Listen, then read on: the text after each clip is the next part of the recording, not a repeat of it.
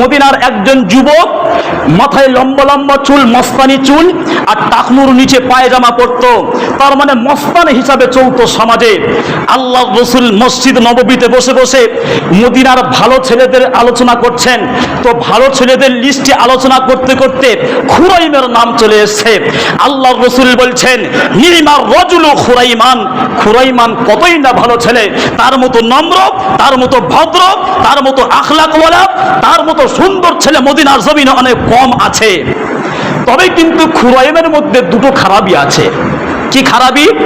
আল্লাহ রসুল বলছেন, শোনো সাথীরা, খুরাইমের মধ্যে একটি খারাপি হলো তার মাথায় ইহুদিদের মতো লম্বা লম্বা চুল আছে, মস্তানি চুল আছে, এটা একটা খারাপি। আর একটা খারাপি হলো সে টাকনুর নিচে পায়জামা পরে অহংকারী ব্যক্তিদের মতো, এ একটা খারাপি। তাছাড়া খুরাইমের মধ্যে আর কোনো খারাপি নেই। একজন সাহাবী এই কথা শুনে নিয়েছে, আর রাস্তা থেকে যেতে যেতে খুরাইমের সঙ্গে দেখা। আরে খুরাইম, এদিকে এসো, কি হয়েছে বলো? বলে, আল্লাহর রসুল তোমার নামে প্রশংসা করেছে। আল্লাহর রসুল বলেছেন, নিমার রজুল খুরাইমান, খুরাইমান কতই না ভালো ছেলে। খুশিতে খুরাইমের অন্তরটা বাগ বাগ হয়ে গিয়েছে, খুশিতে অন্তর ভরে গিয়েছে। আল্লাহর রসুল আমার নাম নিয়ে প্রশংসা করেছে। বলে, আরে হ্যাঁ, আল্লাহ রসুল তোমার নাম নিয়ে প্রশংসা করেছে যে খুরাইম কতই না ভালো ছেলে। খুরাইম আনন্দে ভরে গিয়েছে। তারপর সাহাবী বলছে, তবে শুনে রেখে খুরাইম, আল্লাহ রসুল কিন্তু তোমার দুটো খারাপই বর্ণনা করেছেন। খুরাইমের মুখটা নিচু হয়ে গিয়েছে যে আল্লাহ রসুল আমার মধ্যে খারাপই পেয়েছেন। বলে, হ্যাঁ, আল্লাহ রসুল তোমার দুটো খারাপই বর্ণনা করেছেন। বলে, কি? বলে, একটা হলো তোমার মাথায় ইহুদিদের মতো মস্তানি চুল আছে, আর একটা হলো তুমি টাকনুর নিচে পায়জামা পরো। আল্লাহ রসুল তোমার এই দুটো খারাপই বর্ণনা করেছেন। তা না হলে আল্লাহ রসুল বলেছেন খুরাইমান কতই না ভালো ছেলে। খুরাইমের মুখটা ছোট হয়ে গিয়েছে, চুপচাপ বাড়ি চলে গিয়েছে।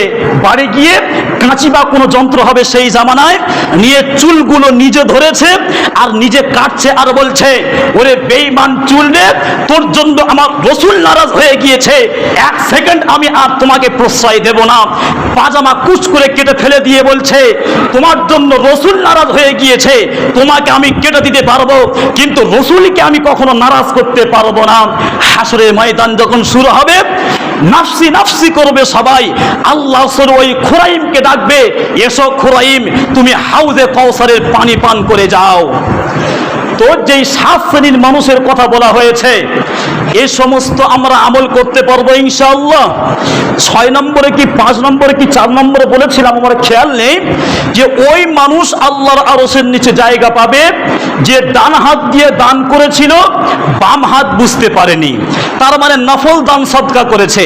নফল দান সদকা প্রকাশ্যেও করা যায়, আবার গোপনেও করা যায়। যারা দান করবে তারা আল্লাহ রসুল বলছেন হাসরের ময়দানে আল্লাহর রহমতের নিচে জায়গা পেয়ে যাবে। এজন্য করে নফল দান সদকা করা যাবে তো ইনশাআল্লাহ? বলেন ইনশাআল্লাহ।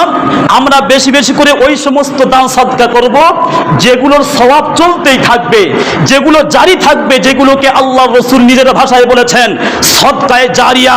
ওই সমস্ত সওয়াব যেগুলো চলতেই থাকে, কোনো মানুষ যদি সদকায়ে জারিয়া যদি সহযোগিতা করে, যতদিন মানুষ তার থেকে উপকার পাবে, কবরে শুয়ে শুয়ে ওই মানুষ সওয়াব পেতেই থাকবে। এজন্য করে আমরা সদকায়ে জারিয়ায় হাত বাড়াবো তো ইনশাআল্লাহ। আল্লাহ সবাইকে কবুল করুন, বলুন আমিন।